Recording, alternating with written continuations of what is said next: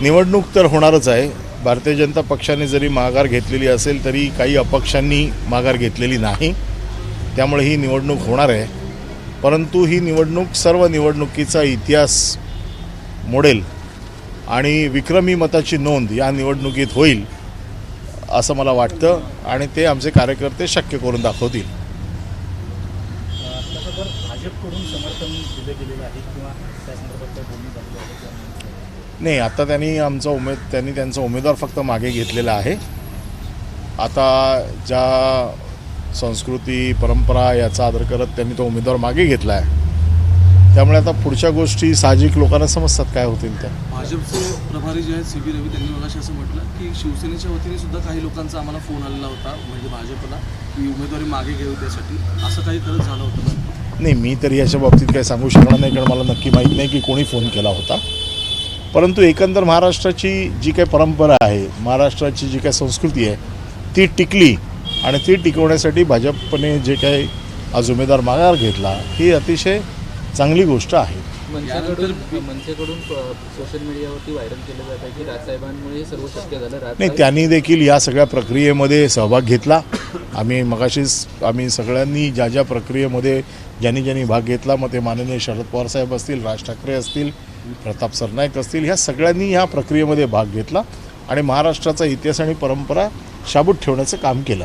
एखादी निवडणूक होणार ना, आता एक साईड निवडणूक होणार आहे, कशा प्रकारे प्रचार असेल, सभा वगैरे होणार का? मी म्हटलं ना आपल्याला की विक्रमी मतांची नोंद या अंधेरी पूर्वच्या या पोटनिवडणुकीत होईल.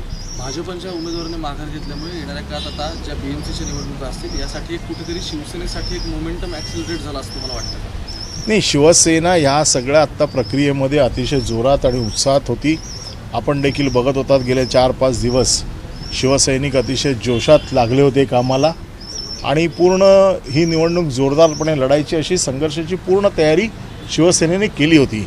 आमचे फॉर्म भरतानाची परिस्थिती असेल किंवा कार्यकर्त्यांनी काम करतानाची जी काही परिस्थिती एकंदर आम्ही बघत होतो त्याच्यामुळे तयारी तर आमची पूर्ण होती. परंतु एक अतिशय चांगली गोष्ट झाली की आमचा एक दुर्दैवी कार्यकर्ता आमचा जो गेला त्याच्या पत्नीला असं फिरवणं आत्ताच्या ह्या गेलं त्याच्यापेक्षा तिला श्रद्धांजली म्हणून विधानसभेत पाठवण्याचं जे काम झालं ते अतिशय चांगलं झालं असं मला वाटतं. या अगोदर देखील 2 निवडणुका झाल्या होत्या, त्यावेळेस भाजपनं उमेदवार दिला होता, परंतु ह्या निवडणुकीला उमेदवार न दिल्यानंतर संशय व्यक्त केला जातो. नाही, याच्या बाबतीत मी काही सांगू शकणार नाही. मी अंधेरी पूर्वच्या पोटनिवडणुकीबद्दल बोलतोय.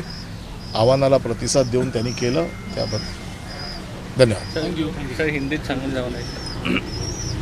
अंधेरी ईस्ट बाई इलेक्शन में बीजेपी ने अपना कैंडिडेट पीछे लिया है, लेकिन इलेक्शन होगा, क्या कहना रहेगा? आज कुछ अपक्षों ने अभी भी अपने फॉर्म विड्रॉ नहीं किए हैं, तो ये इलेक्शन रिकॉर्ड तैयार करेगी. यहाँ पर सबसे ज़्यादा वोट शिवसेना को जो रिकॉर्ड होने जा रहा है वो रिकॉर्ड इस इलेक्शन में अंधेरी ईस्ट के इलेक्शन में होगा. शिवसेना को कहीं ना कहीं संघर्ष करना पड़ा, ऋतुजा लटके को कैंडिडेट दिलाने के लिए हाईकोर्ट तक जाना पड़ा, तो ये सारी चीज़ें पहले शिवसेना और संघर्ष ये साथ साथ चलता है और शिवसेना ने ये जो पार्टी बनाई है वो संघर्ष से ही बनाई है. तो संघर्ष कोई हमारे लिए नई चीज़ नहीं है और हम संघर्ष के लिए सदैव तैयार है, आज भी है, कल भी रहेंगे.